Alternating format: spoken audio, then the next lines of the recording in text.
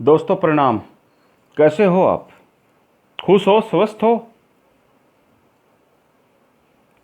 मालिक से प्रार्थना है आप सदा ऐसे ही खुश और स्वस्थ रहें।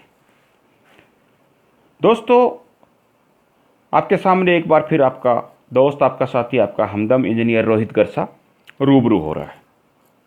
दोस्तों, बहुत विकट परिस्थिति में हमारा देश पहुंच चुका है। सरेआम बच्चियों से बलात्कार हो रहे हैं, बहनों से, बेटियों से बलात्कार हो रहे हैं, उनको मारा जा रहा है, पीटा जा रहा है। जब न्याय की मांग करने आप जाते हो तो आपके ऊपर भी लाठियां भांजी जाती हैं।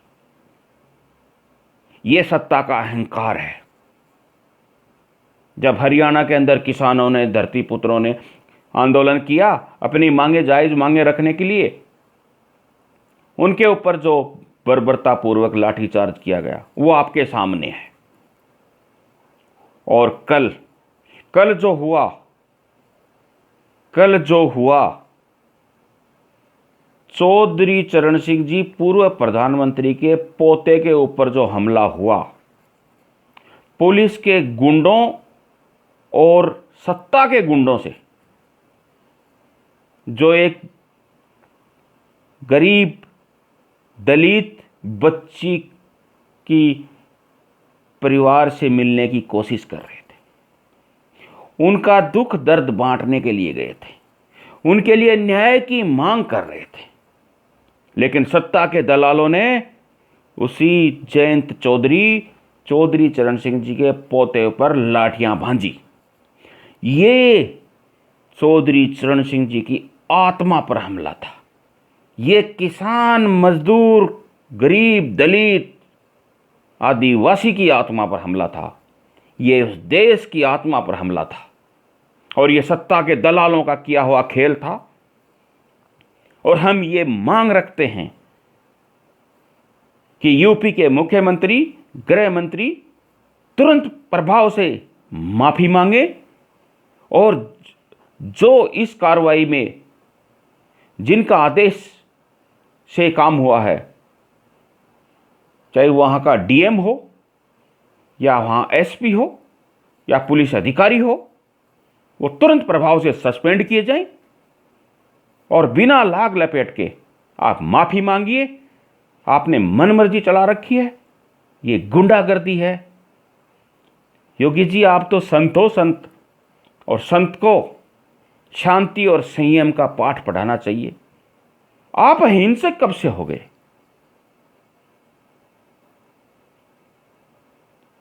आप चिंतन कीजिए।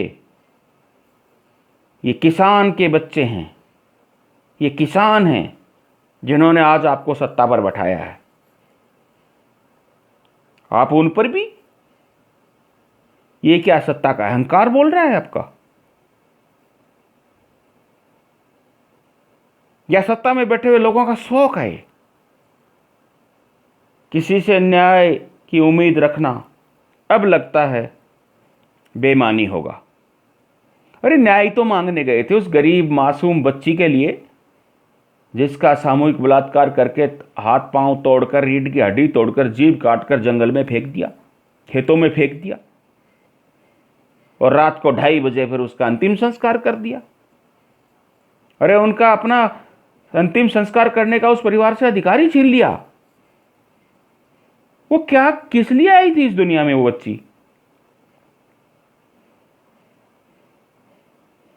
अगर यही काम करना था तो कोख में ही मरवा दो ना सबको।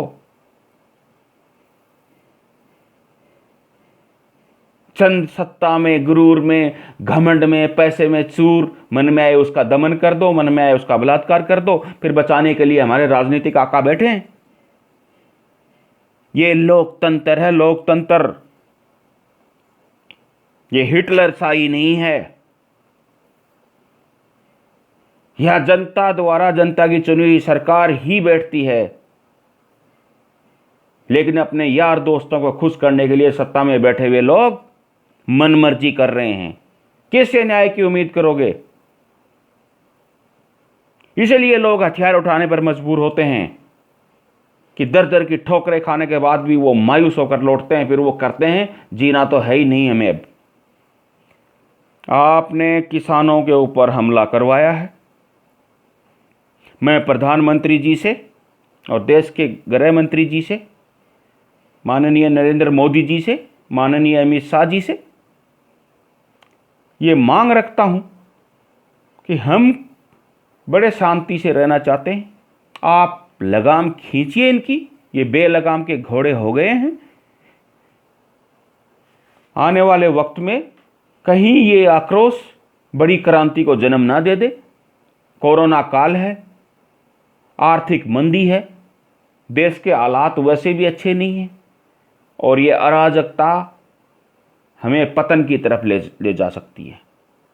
बस हम तो यही मांग रखते हैं, मैं किसान का बेटा, एक सैनिक का बेटा होने के नाते। दोस्तों, एकजुट हो जाओ सत्ता में बैठे हुए इन दलालों के खिलाफ। इनसे न्याय की उम्मीद मत करो, ये आपको काट काट के फेंक देंगे। आपको टुकड़ों में, जातियों में, मजहब में बांट बांट कर पहले ही काट चुके हैं। अब आपको धीरे धीरे धीरे ऐसा बना देंगे कि आप पंगु हो जाओगे। बेटी सबकी सांझी होती है। जिस माँ बाप पर जो गुजरी है उसकी कल्पना करके देखिए आप। निष्ठुर लोग सत्ता में बैठे हैं जिनमें कोई मानवता, दया नहीं है। और शर्म आती है उन आदमियों के लिए, उन व्यक्तियों के लिए जो उन दरिंदों का साथ देने के लिए पंचायतें बुलाते हैं। समाज को किस दिशा में लेके जा रहे हो आप? किसान पर हमला बर्दाश्त से बाहर है। उस चौधरी चरण सिंह जी के पोते पर हमला, चौधरी चरण सिंह जी, चौधरी महेंद्र सिंह टिकैत, चौधरी देवीलाल जैसे किसान मसीहों की आत्मा पर हमला है। ये बर्दाश्त नहीं होगा। चाहे इसके लिए हमें कितनी ही बड़ी कुर्बानियां देनी पड़े, लेकिन यह बर्दाश्त नहीं होगा। रोको अपने आप को, तानाशाही को रोकिए। और मैं मांग रखता हूं कि धरती पुत्रों, बटे रहोगे तो कटते रहोगे। एकजुट हो जाओ और दिखा दो कि जो नदी और समुद्र की का रुख मोड़ने की हिम्मत रखते हैं तो सत्ता पर बैठे चंद लोग हैं। जब एक क्रांति आती है, जब किसान जाग उठता है, तो अच्छे अच्छे तख्तो ताज हिल जाते हैं, अच्छे अच्छे शहंशाह खलीफा नेस्त नाबूद हो जाते हैं। हम खेत खलिहानों में शांति से जीने वाले लोग हैं। सरहद पे हम मरे, सड़क पर हम पिटे, खलिहानों में हम मरे। अब नहीं चलेगा ये। बस मैं यही अपील करता हूं, यही मांग रखता हूं कि योगी आदित्यनाथ जी और गृह मंत्री यूपी तुरंत प्रभाव से माफी मांगे किसानों से और उस बच्ची को न्याय त्वरित गति से दिलाया जाए। बहुत दर्द है, बहुत आक्रोश है।